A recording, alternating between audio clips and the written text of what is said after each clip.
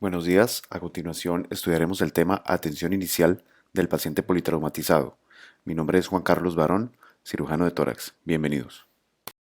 Estos son todos los pasos que conforman la atención inicial del paciente politraumatizado según el ATLS. El ATLS es un protocolo diseñado por el Colegio Americano de Cirujanos y es el protocolo de manejo en trauma que se sigue en casi todo el mundo. Consta de 11 pasos, iniciando por la preparación, que son todas las precauciones e información que se maneja tanto en el accidente como la información del paciente desde antes de su llegada al departamento de urgencias. Seguimos con el triage, que es la clasificación de los pacientes según su gravedad para ser atendidos, continuando con la revisión primaria, reanimación, auxiliares y complementos de la revisión primaria, revisión secundaria, auxiliares y complementos de la revisión secundaria, reevaluación y tratamiento definitivo junto con aspectos legales. En esta exposición nos vamos a centrar específicamente en los apartados de revisión primaria, reanimación y auxiliares y complementos de la revisión primaria. En el documento escrito de la TLS, ustedes podrán estudiar en detalle todos y cada uno de los ítems expuestos. Como ya dijimos, esta exposición se centrará en explicar específicamente la revisión primaria, reanimación y auxiliares y complementos de revisión primaria en la atención inicial del paciente politraumatizado. Es importante que antes de ver este video, ustedes lean el capítulo de atención inicial de la TLS. Bienvenidos. En esta foto se ilustra el momento en el que es atendido un paciente politraumatizado en el momento inmediato a su llegada al departamento de urgencias. En este momento se están realizando simultáneamente tres procesos que vamos a estudiar por separado con fines didácticos. Se está realizando la revisión primaria, la reanimación y los auxiliares y complementos, como ya dijimos, de manera simultánea. Ustedes como médicos en algún momento de su práctica tendrán que liderar un equipo como este y es de vital importancia el manejo de estos tres procesos para asegurar una atención adecuada. Ahora sí, entremos en materia. El primero de los procesos que veremos hoy es la revisión primaria. La revisión primaria es el examen físico que se realiza en 5 minutos persiguiendo dos objetivos. Primer objetivo, diagnosticar y o descartar alguna de las 6 entidades que amenazan la vida del paciente de manera inminente. Estas entidades son obstrucción de la vía aérea superior, neumotórax a tensión, neumotórax abierto, tórax inestable con contusión pulmonar, hemotórax masivo y taponamiento cardíaco. Segundo objetivo, encontrar problemas en el ABCDE que pueden resolverse de inmediato. ¿Qué es el ABCDE? Es la mnemotecnia que utilizamos durante el examen físico para seguir un orden lógico. Este examen se realiza de manera ordenada y sistemática. A significa airway o vía aérea superior, B es breathing o respiración, C es circulación, que es circulación y hemorragias, ya lo veremos más adelante, D es deterioro neurológico y E es exposición. Antes de continuar, quiero detenerme y hacer una precisión. En el ATLS se describen varios signos y o hallazgos que deben buscarse en la evaluación de cada una de las letras durante el examen físico. En esta exposición solamente haremos énfasis en aquellos que permitirán tomar decisiones sin lugar a confusión. Con esto no quiero decir que los otros signos no son importantes, sino que pondremos énfasis en los más importantes o los principales. Entonces, acordémonos que el significado de la A es vía aérea superior y control de columna cervical. ¿Cómo hacemos entonces la revisión primaria de la A? Simplemente debemos preguntarle el nombre al paciente mientras inmovilizamos el cuello con dos manos, así como lo muestra la figura. Esta simple acción nos permite saber de inmediato si hay o no problemas en la A. Si el paciente responde su nombre, quiere decir que hay paso de aire a través de las cuerdas vocales y por tanto la vía aérea está despejada. Es decir, puedo determinar en mi lista de chequeo mental que no tenemos problemas en la A. Si por el contrario el paciente no responde su nombre, puede haber una obstrucción de la vía aérea superior, puede haber un problema neurológico que le impide al paciente responder su nombre o ambas cosas. En tal caso, puedo determinar en mi lista de chequeo mental que tenemos un problema que resolver en la A, es decir, tenemos una posible obstrucción de la vía aérea superior. De aquí en adelante, cada vez que encontremos un problema en la revisión primaria, debemos realizar una acción dirigida a solucionarlo. Dichas acciones deben realizarse de inmediato, pero por hacer parte de la reanimación las estudiaremos más adelante. Como vimos anteriormente, al evaluar la A podemos detectar la primera de las 6 lesiones que amenazan la vida de manera inminente, la obstrucción de la vía aérea superior. Al evaluar la B, podremos detectar las otras 5 lesiones y podremos hacerlo de manera muy sencilla mediante inspección, percusión y auscultación. Inspección. Fijaremos nuestra atención específicamente en 3 aspectos. 1. Heridas soplantes, es decir, si hay heridas soplantes, haremos diagnóstico de neumotórax abierto. 2. Movimiento paradójico o grandes deformidades en la reja costal. En tal caso, haremos diagnóstico de tórax inestable con contusión pulmonar. 3. Heridas en el área precordial. En tal caso, haremos diagnóstico de taponamiento cardíaco hasta que no se demuestre lo contrario. Percusión. Debemos percutir el lado derecho y el lado izquierdo del tórax a nivel de los ápices pulmonares, por encima de las areolas mamarias. Por ningún motivo debemos sentar al paciente para percutirle la espalda ni empezar a percutir todo el tórax, ya que solamente nos interesa encontrar una de 3 posibilidades en cada lado. Primera posibilidad, percusión hiperresonante. Segunda posibilidad, percusión mate. Tercera posibilidad, percusión normal. Auscultación. Debemos auscultar el lado derecho y el lado izquierdo del tórax a nivel de los ápices pulmonares por encima de las areolas mamarias. Por ningún motivo debemos sentar al paciente para auscultarle la espalda ni empezar a auscultar todo el tórax, ya que solamente nos interesa encontrar una de 2 posibilidades en cada lado. Primera posibilidad, el paciente ventila. Segunda posibilidad, el paciente no ventila en cada lado. Si en un hemitórax encuentro ausencia de ventilación en la auscultación asociado a matidez en la percusión, podré hacer diagnóstico de hemotórax masivo de ese lado. Por el contrario, si la ausencia de ventilación se asocia con percusión hiperresonante, podré hacer diagnóstico de neumotórax a tensión de ese lado. Si se dan cuenta, con 3 acciones sencillas que no se demoran más de 1 minuto en su realización, podemos detectar las otras 5 entidades que amenazan la vida de manera inminente y habremos así logrado el primer objetivo de la revisión primaria. Nos faltaría finalizar con la valoración de la B, de la C, de la D y de la E para lograr el segundo objetivo. La C significa circulación y hemorragias. Empecemos con la primera parte, circulación. Nuestro objetivo al evaluar la circulación es determinar algo muy importante para definir conductas en el paciente politraumatizado y es la estabilidad hemodinámica. Se considera como el principal signo de inestabilidad hemodinámica una tensión arterial sistólica menor de 90 milímetros de mercurio. La ausencia de pulso radial configura una hipotensión arterial, es decir, una tensión arterial menor de 90 milímetros de mercurio, y se considera que tal hipotensión es debida a sangrado, o sea, shock hemorrágico, hasta que no se demuestre lo contrario y por lo tanto se manejará como se maneja un shock hemorrágico. Para evaluar la parte de circulación, entonces debemos palpar el pulso carotidio y el pulso radial. El pulso carotidio nos sirve en el paciente inconsciente para saber si está o no en paro cardíaco o en actividad eléctrica sin pulso. El pulso radial, si está presente, nos indicará que el paciente tiene una tensión arterial sistólica mayor de 90 milímetros de mercurio y podremos decir entonces que el paciente está estable hemodinámicamente.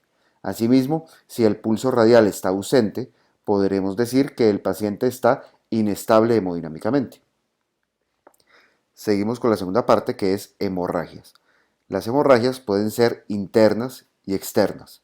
Hemorragias internas. El paciente puede sangrar internamente de 5 sitios posibles: cabeza, tórax, abdomen, pelvis y extremidades.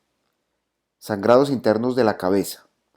Sospecharemos sangrado a nivel de la cabeza si encontramos deterioro neurológico, asimetría pupilar o signos de fractura de base de cráneo, es decir, hematomas periorbitarios o el apófisis mastoides, otorragia u otoliquia, rinorragia o rinoliquia, deformidad del macizo facial.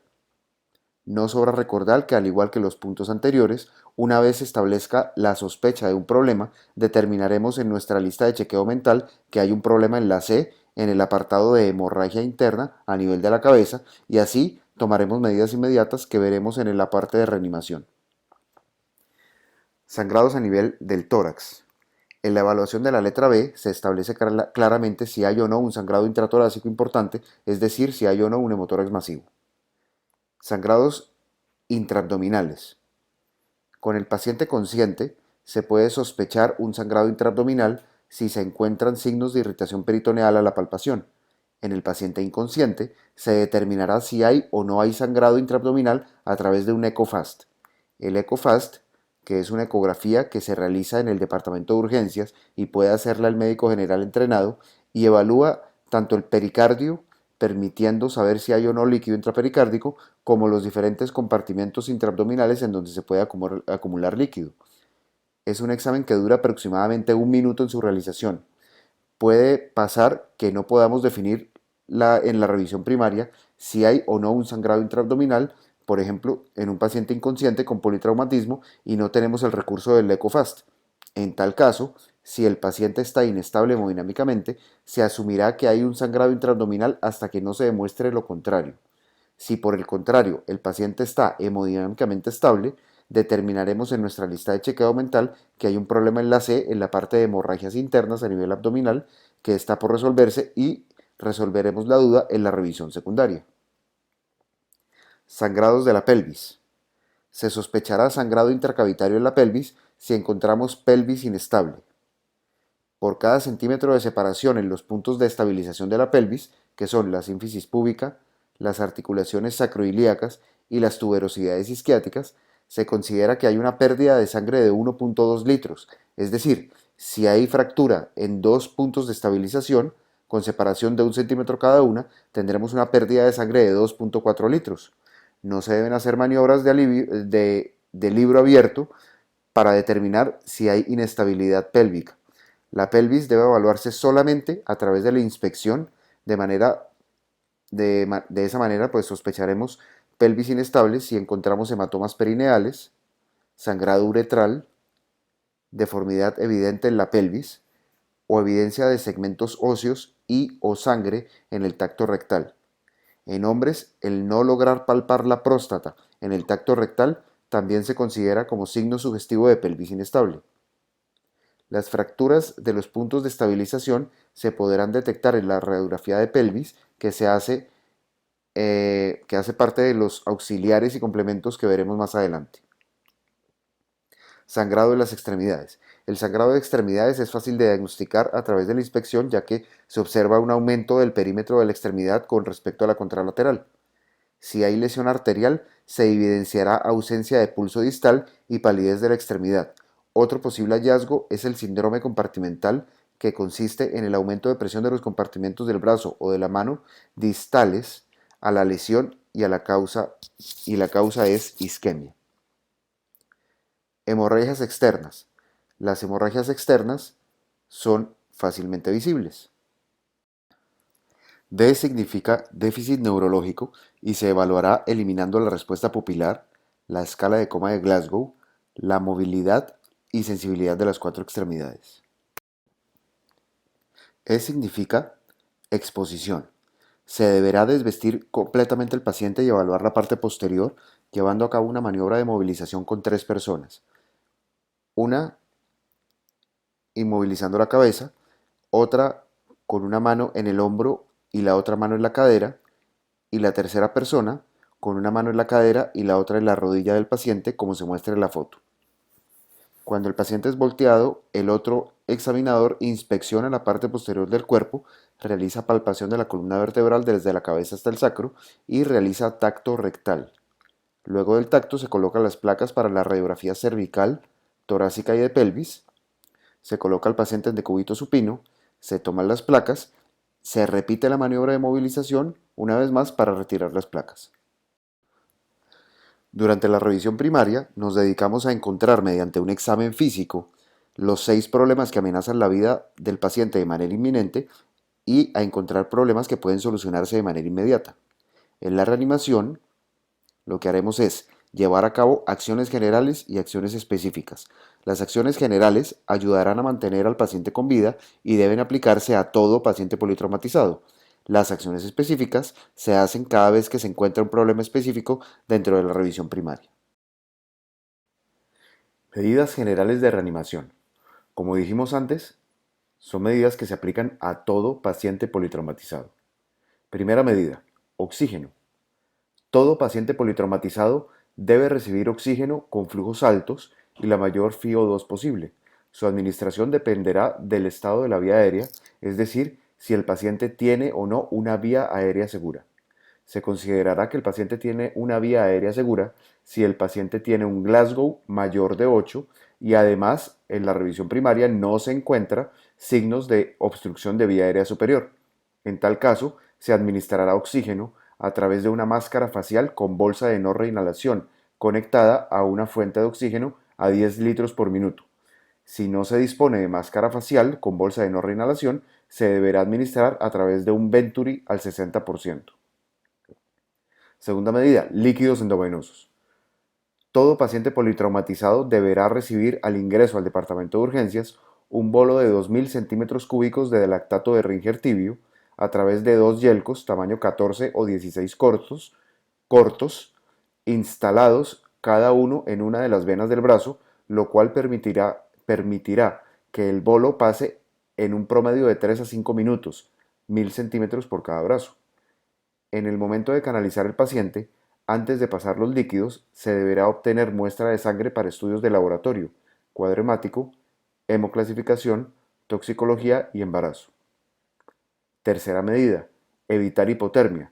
Se deberá cubrir al paciente con mantas térmicas. Y los líquidos endovenosos se administrarán a 37 grados centígrados para evitar hipotermia. Ahora medidas especiales de reanimación. Las medidas especiales de reanimación son las medidas que se hacen para solucionar problemas encontrados en la revisión primaria, específicos de cada paciente, aquellos que se marcaron en la lista de chequeo mental. Entonces, en la letra A, riesgo de obstrucción de vía superior. Si por el contrario el paciente tiene un Glasgow menor o igual a 8 o tiene fracturas severas en el macizo facial o sangrados severos en orofaringe, se considera que, aunque no haya obstrucción de vía aérea superior establecida, hay un alto riesgo de obstrucción. Por lo tanto, es necesario establecer una vía aérea segura para administrar oxígeno, ya que no la tiene. Se considera que se ha establecido una vía aérea segura cuando se logra colocar un tubo cuyo extremo distal se aloja en la luz de la tráquea con un neumotaponador inflado correctamente fijado y conectado a una fuente de alto poder de oxígeno con FiO2 al 100%. Esto se logra con una intubación nasotraqueal o con una intubación orotraqueal o con una traqueostomía. Los dispositivos para realizar intubación nasotraqueal son escasos en nuestro medio, así que pocas veces lo van a ver. La intubación orotraqueal es el método más comúnmente utilizado para establecer una vía aérea segura. En los casos en que la intubación orotraqueal sea difícil o esté contraindicada, se deberá asegurar la vía aérea a través de una traqueostomía. Obstrucción de vía aérea superior. Si se determina que en la revisión primaria que el paciente tiene una obstrucción de vía aérea superior, tiene indicación absoluta e inmediata de traqueostomía. La traqueostomía es un procedimiento que debe realizar un médico especialista, entrenado en el manejo de la vía aérea difícil como un cirujano general, anestesiólogo, otorrinolaringólogo o emergenciólogo. Por lo tanto, en caso de emergencia, el médico general deberá resolver el problema realizando una cricotiroidotomía, la cual se considera un procedimiento transitorio mientras se tiene acceso o se remite al paciente a un especialista que realice la traqueostomía. La técnica detallada de cada uno de estos procedimientos está fuera del objetivo de esta exposición, por eso ustedes deberán estudiarla por aparte. Bueno, vamos con la letra B. Neumotórax abierto. Si se encuentra neumotórax abierto, la reanimación consistirá en colocar un parche con oclusión parcial en la herida soplante, mientras se realiza el tratamiento definitivo, que es una toracostomía cerrada o colocación de tubo de tórax. Si se encuentra un neumotórax a tensión, la medida de reanimación Consistirá en colocar un yelco 14 o 16 largo en el segundo espacio intercostal con línea medio clavicular en el hemitórax afectado, mientras se hace el tratamiento definitivo, que es una toracostomía cerrada.